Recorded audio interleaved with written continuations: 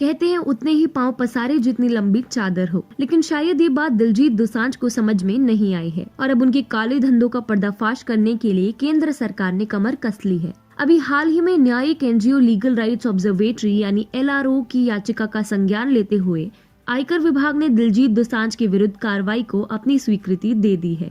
पर दिलजीत ने ऐसा किया क्या कि आयकर विभाग को ऐसा रुख अख्तियार करने पर विवश होना पड़ा। दरअसल गृह मंत्रालय और संबंधित जांच एजेंसियों के समक्ष दायर याचिका के अनुसार LRO ग्रुप ने आरोप लगाया कि दिलजीत दोसांझ और उनके मैनेजर संदीप सिंह खाक की देखरेख में 50 से ज्यादा शेल कंपनियां, यानी वो कंपनियां जो सिर्फ नाम के लिए हैं, उनके जरिए किसान आंदोलन के नाम पर अराजकतावादियों और उग्रवादियों को बढ़ावा दिया जा रहा है। जांचकर्ता विजय पटेल की जांच पड़ताल और अनुसंधान के अनुसार LRO ने कहा कि धर्म सेवा records, Dharma Seva limited, famous STD limited, speed UK records limited, बिल्डेज लिमिटेड, आत्माचेयस लिमिटेड, फ्लेमिस्की लिमिटेड, कुडोज म्यूजिक लिमिटेड जैसी शेल कंपनियों के जरिए UK और कनाडा द्वारा किसानों के अधिकारों के नाम पर अराजक तत्वों को बढ़ावा देने के लिए खूब वित्तीय सहायता प्रदान की गई। बता दें कि दिलजीत एक महीने पहले नवंबर के अंत में प्रारंभ हुए प्रदर्शन में न सिर्फ कंगना रनौत के आरोपों के जवाब देने के चक्कर में विवादों के घेरे में आए,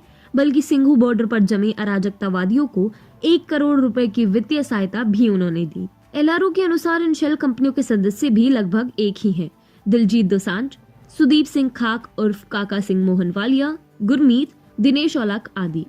इन शेल कंपनियों की अवधि प्रारंभ होने के कुछ ही समय बाद समाप्त हो गई। इतना ही नहीं, इन कंपनियों की प्रमुख शाखा का पता और शिरोमणि अकाली दल के अध्यक्ष सुखबीर सिंह बादल के पार्टी हेडक्वार्टर्स का पता भी एक ही है। मजे की बात तो ये है कि ये सभी कंपनियां उसी खालसा एड की सहायक कंपनियां हैं जिसने वर्तमान किसान आंदोलन के अराजकतावादियों से लेकर नागरिकता संशोधन अधिनियम के विरुद्ध शाहीन बाग में सक्रिय अलगाववादी गुटों तक को बढ़ावा दिया है।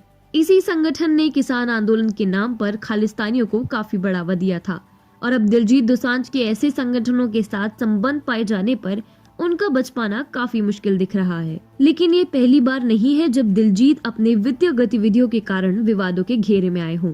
2012 में उन पे और कई अन्य पंजाबी सिंगर्स पर आयकर विभाग ने आय से अधिक संपत्ति होने के मामले में छापा मारा था। इसके अलावा दिलजीत के विदेशी दौरों का प्रबंधन जिस रेहान सिद्दीकी के हाथ में था, उसके हाथ ISI से भी जुड़े पाए गए थे। ऐसे में यह कहना गलत नहीं होगा कि आंदोलन के नाम पर उग्रवादियों और उपद्रवियों को बढ़ावा देने के कारण अब दिलजीत की काली करतूतें भी धीरे धीरे खुलकर सामने आ रही हैं और जब आयकर विभाग कार्रवाई पर जुट गया है तो उनके लिए आगे की राह बहुत मुश्किल होने वाली है।